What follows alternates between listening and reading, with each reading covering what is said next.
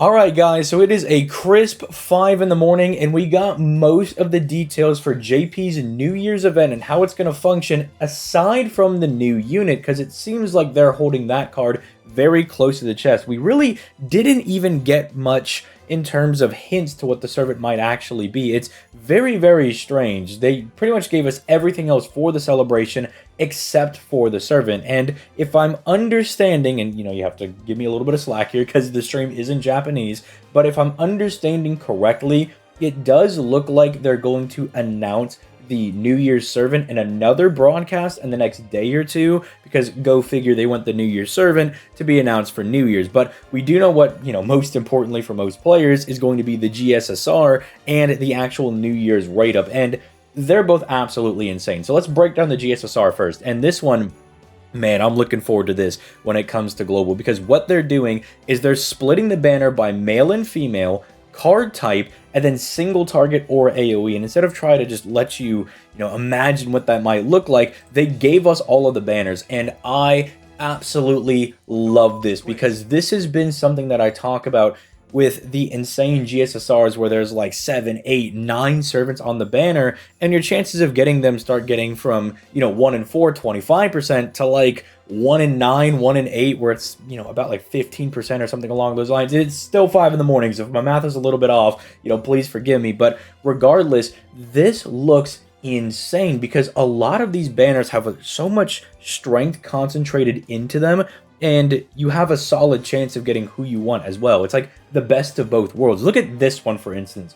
Art support, you have a 25% chance to get Castoria, but if you whiff, the other units are absolutely cracked. Reigns is just a second waiver on your account. Scotty is still good if you want to do quick shenanigans. It'll still get you across the finish line. Maybe not in 90++ content, but pretty much for everything else, you'll be able to get away with it. And then Qixi Huang is still one of the better solo units in the game. And then even if, let's say, you want to go for someone like Melusine, who I think her initial banner, yeah, hers is right here, but because she's both a buster and an arts unit, you can find her on this banner as well, the single target arts one, which is, I love that they did Kenshin right before the New Year's gacha, because that means they could sneak her onto this banner, and look how nuts this is. You have Castoria Berserker, who, pretty much speaks for herself. Kenshin speaks for herself. Melusine, still really good. Just dropped a video on her, say, like a week or two ago, something along those lines. And then the Trunk Sisters being the worst unit on this banner. I mean, they're kind of just like Dioscuri 1.5. I don't know if I want to call them 1.5. They basically feel like the same unit to me, but them being the worst unit is really, really good. It's really good for these banners. And then, even if you want Oberon, look at if you miss out on him, you're going to be walking away with an Arjuna Altar, a Romulus, or a Takeda, right? And I can understand Takeda maybe not being the most appealing to all players if you're trying to get a Buster Farmer, but still, you'll thank me when you start bringing him to more difficult content. I mean, bro, look at this. Even ending the whole, like, Space Ishtar versus, Summer Kama debate over here, just throw him on the same banner. This one is insane as well. You're going to walk away with one of the best arts AoE units in the game, either Ibuki or Melusine, or you'll get Durga, and, speaking from experience using an NP1 Durga, she could put in some work, and I understand that Popish Joanne is not the most hype servant. She's good, just not exactly needed. So if you do get her, again, it's very, very solid on that front. So these GSSRs are looking quite nuts. I am absolutely loving these.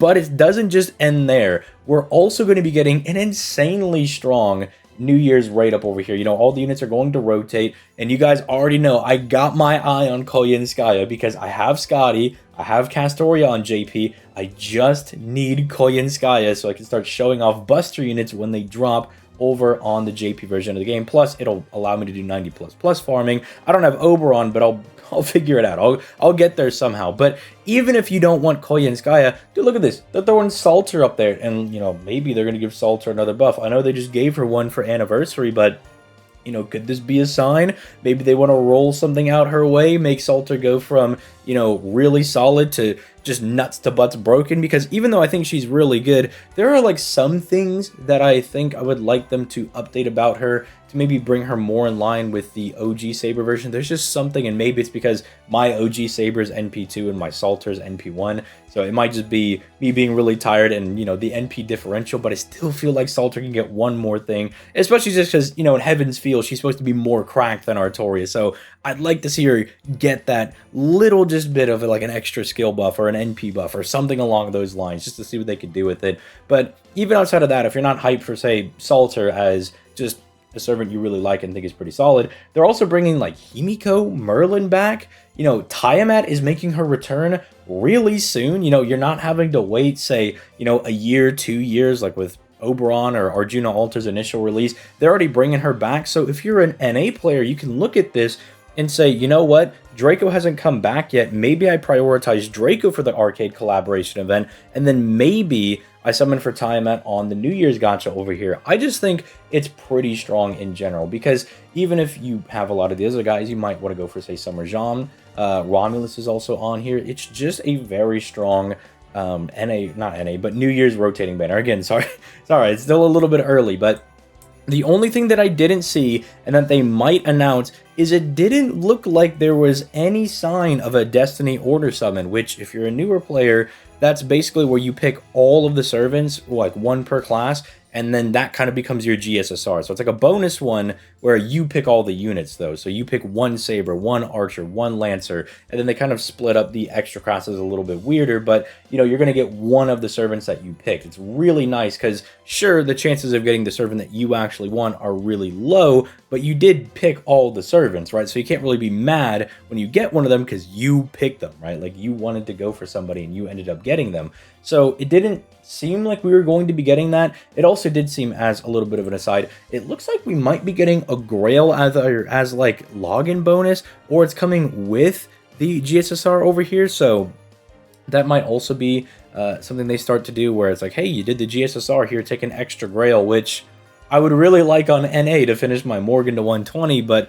on JP I'm kind of swimming in Grails because Ordeal Card just threw like 15 of them at me, so I'm good on Grails for now. But I guess you can never have too much, right? Grails are a rare resource. You can never have too many because, you know, you can just use them to grail all your different servants. But I'd love to hear guys' thoughts in the comments down below. If you are one of my JP players, let me know which of these GSSRs you're considering going for. I have to see how my Koyan Skaya summons go first, because I really do not want to do this one, because I already have Melusine at NP2 on JP, and while my Morgan is only NP1, without a Koyanskaya, I can't really use her for Buster farming like I do on NA, so that means I can't bring her to, you know, any and all events. So I feel a little bad that it's like, oh, I have NP2 Morgan, I love that, but I've already got NP5 Morgan. I've already done this whole thing on NA. I don't want to do it again. You know, believe me, I did it once. It's the only servant I NP5 that's a 5-star. I don't want to do that ever again. But then, you know, getting Koyan Dark would also feel really bad because